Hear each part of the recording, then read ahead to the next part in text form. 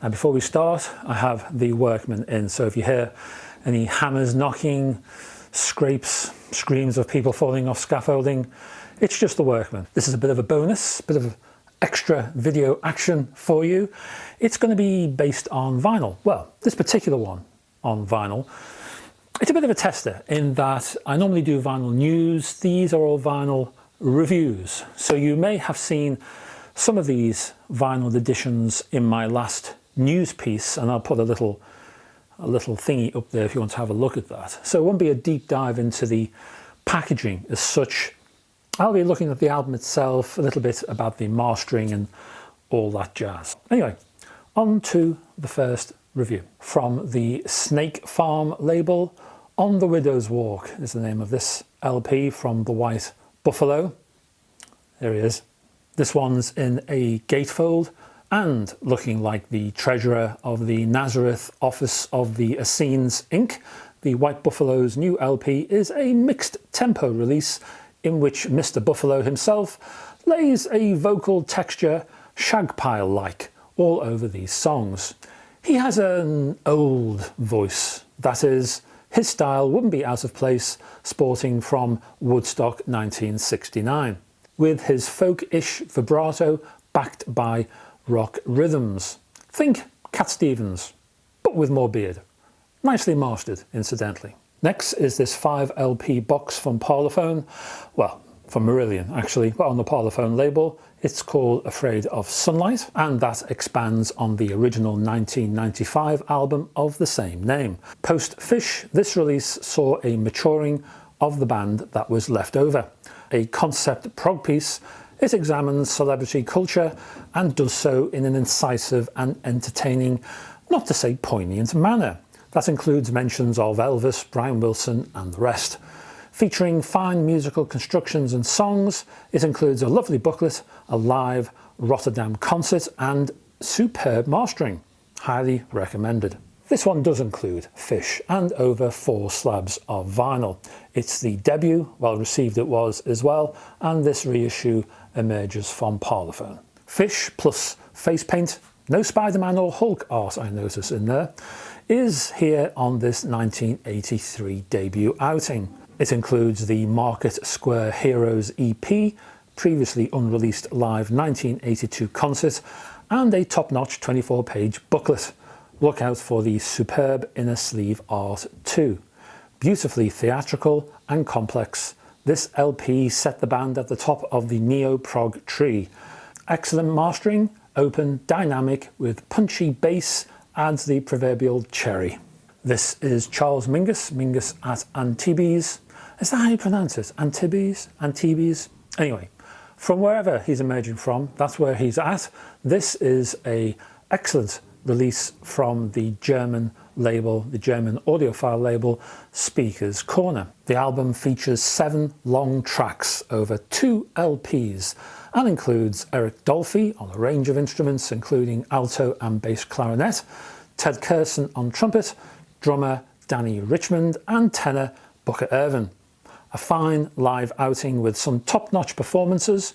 It stems from the Antibes Jazz Festival on the 13th of July 1960.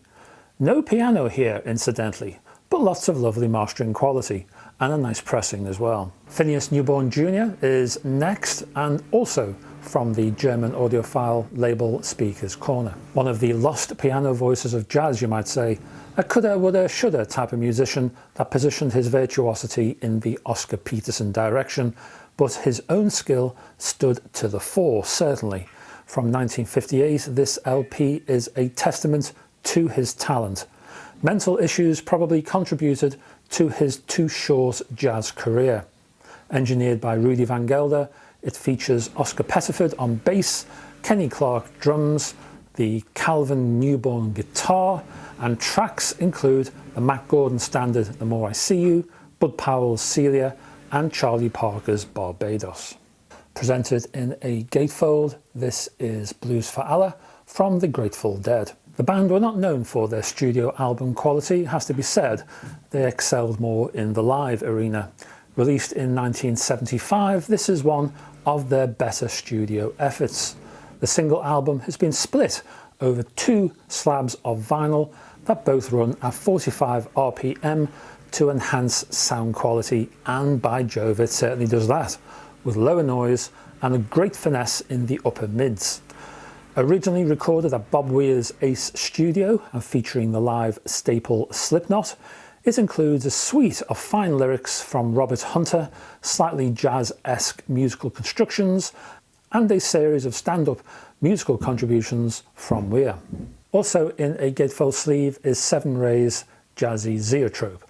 Sort of jazz rock, I would say. This one's from Project, yes, the hi-fi company, and this has been recorded in their own studios. This jazz rock outing was created in the Project studio in a totally analog fashion, on analog tape with no cuts or edits, and analog right through the chain, so the company tells me.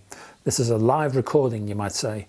The recording certainly successfully projects, pardon the pun, a sense of space and offers excellent imagery. Seven Ray himself is no better than a cabaret club quality artist, but the production's lovely. A reissue on tenor voce of the band's 1986 debut. This is the Glass Bead game from Breathless. The moody post-punk debut from 1986. Any fans of the 4AD outfit This Mortal Coil should take note that Breathless lead singer Dominic Appleton was part of that same band, This Mortal Coil. Here, treated guitars, distorted percussion, coated in reverb, and vocals soaked in the same, this LP gently drapes a blanket sprayed with the word atmosphere and adds a dab of eyeliner and stands back to await results. The songs here are thoughtful, contemplative, and introverted. It's a wonderful period piece. Rock and Roll Robbins from Marty Robbins via the German audiophile label Bear Family on a 10-inch disc. Originally released in 1956 with the title stating the obvious, Robbins reportedly disliked rock and roll. So what did he do? Well, he released a rock and roll mini album EP, didn't he? An expanded reissue from the original's 6 tracks to now 10 in total, and based on the original Canadian pressing, the extra 4 songs also stem from 1956. This one is limited to 500 copies and it's pressed on coloured vinyl. From the UK outfit Demon, this is Gladys Knight and the Pips and Gold. A greatest hits package spanning 10 tracks. You'll find songs such as Best Thing That Ever Happened to Me and Midnight Train to Georgia. The disc has been pressed on, you guessed it, gold vinyl.